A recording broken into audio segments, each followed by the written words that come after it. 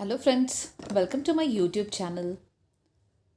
Last दो video में हमने पढ़ा था चेंजेस ऑन रिएक्शन के बारे में, जिसमें हमने देखा था physical change, chemical change, examples of physical change, ये सारी चीज़ें। आज हम देखेंगे types of chemical reaction. So there are various types of chemical reaction.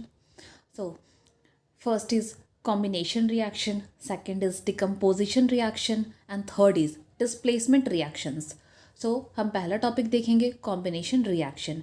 तो कॉम्बिनेशन रिएक्शन होता है, इसमें दो या दो से ज़्यादा रिएक्टेंट मिलके एक प्रोडक्ट का फॉर्मेशन करते हैं।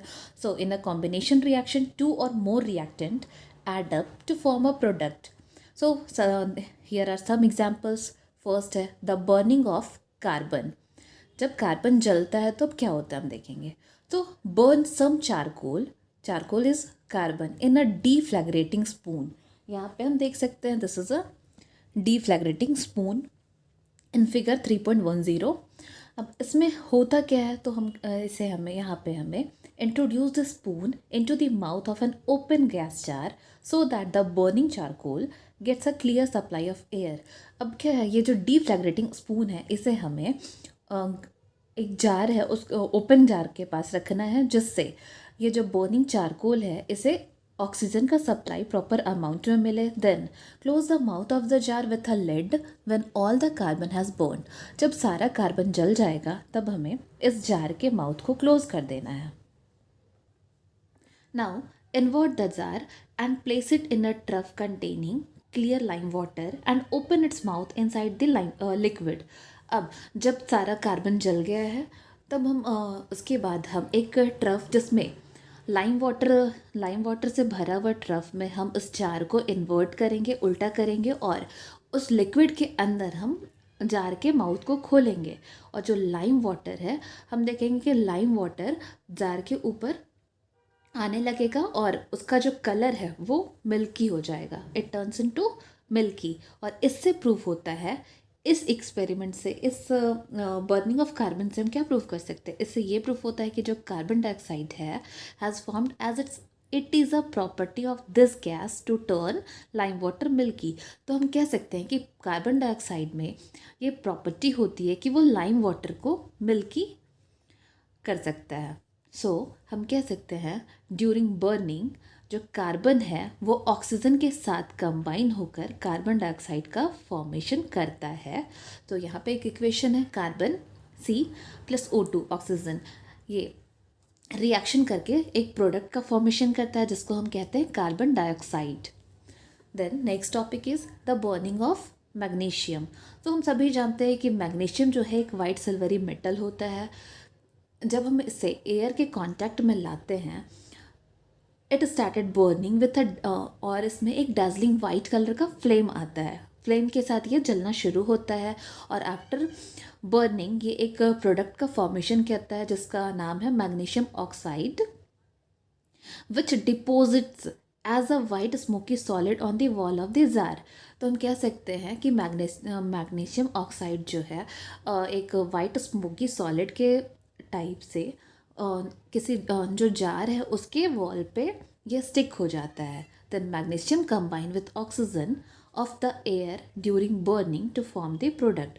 अब ऑक्सीजन हम कह सकते हैं कि जो मैग्नीशियम है, ऑक्सीजन जो हमारे एयर में ऑक्सीजन प्रेजेंट होता है और जब मैग्नीशियम जलता है तो ये ऑक्सीजन के साथ कंबाइन होकर एक प्रोडक्ट का फॉर्मेशन करता है जिसको हम क्या कहते हैं, मैग्नीशियम ऑक्साइड। तो इसके लिए इक्वेशन है Mg+O2, 2Mg+O2, this is magnesium and this is oxygen.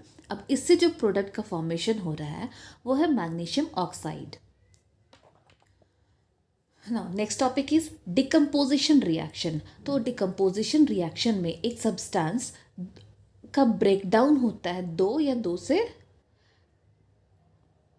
से ज़्यादा सिंपलर सब्सटेंस में। तो हम कह सकते हैं कि decomposition reaction is a reaction in which one substance break down into two or more simpler substance. For example हम देखेंगे जो बेकिंग सोडा है, बेकिंग सोडा को हम सोडियम हाइड्रोजन कार्बोनेट के नाम से जानते हैं जिसका केमिकल फार्मूला होता है NaHCO3। जब हम बेकिंग सोडा को हीट करते हैं तो ये सोडियम कार्बोनेट, वाटर और कार्बन डाइऑक्साइड में डिकम्पोज होता है। तो यहाँ पे इक्वेशन हम देख सकते हैं 2NaHCO3 बाय ऑन हीटिंग हम देखेंगे कि ये sodium carbonate Na2CO3 plus water vapour H2O and carbon dioxide में इसका डिकम्पोजिशन होता है। अब इन द बेकिंग इंडस्ट्री कुछ बेकिंग सोडा को डो के साथ मिक्स किया जाता है, और जब इस डो को बेक किया जाता है तो बेकिंग सोडा डिकम्पोज होता है एंड ये गैस प्रोड्यूस करता है, जिससे जो प्रोडक्ट होता है वो फ्लफ़ी एंड सॉफ्ट होता है। And next topic is displacement reaction. तो किस हम कह सकते हैं कि in displacement reaction one element displace another from a compound and takes its place in the compound. तो हम कह सकते हैं कि जो डिस्प्लेसमेंट रिएक्शन होता है इसमें एक एलिमेंट किसी डिस्प्लेस करता है, एक एलिमेंट जो होता है किसी भी कंपाउंड का एक एलिमेंट दूसरे एलिमेंट को डिस्प्लेस करके उसका जगह खुद लेता है। फॉर एग्जांपल हम देखेंगे displacement of hydrogen from N acid by a metal. तो हमने पहले पढ़ा था कि जो मेटल होता है जैसे जिंक, आयरन, ये हाइड्रोजन को डिस्प्लेस करता है from dilute sulphuric acid and they also do so from dilute hydrochloric acid. Next है displacement of copper from copper sulphate by iron. तो हम कह सकते हैं व्हेन एन आयरन नाइफ या फिर आयरन नेल को जब हम कॉपर सल्फेट सॉल्यूशन में रखते हैं तो उसमें एक रेड कलर का कॉपर का हम कह सकते हैं कि ब्राउन रेड डिपॉजिट उस आयरन ऑब्जेक्ट के ऊपर आ जाता है। एंड कुछ देर अगर हम उसे छोड़ देते हैं तो हम देखते हैं ये जो ब्लू कलर ऑफ सॉल्यूशन, यहाँ पे हम देखेंगे ब्लू कलर का जो सॉल्यूशन है फिगर 3.12 में, ये सॉल्यूशन का कलर ग्रीन हो जाता है। और ये क्यों होता है? ऐसा इसलिए होता है because of iron two sulphate का फॉर्मेशन हो रहा है, इसीलिए जो ब्लू कलर का सॉल्यूशन होता है वो ग्रीन कलर में चेंज हो जाता है। अब इसके लिए यहाँ पे एक इक्वेशन दिया हुआ है Fe plus CuSO4। Fe is iron, CuSO4 copper two sulphate है, ये ब्लू सॉल्यूशन है। आफ्टर रिएक्शन कॉपर जो ब्राउन रेड डिपॉजिट इसकी बात हो रही थी, plus iron two sulphate solution green.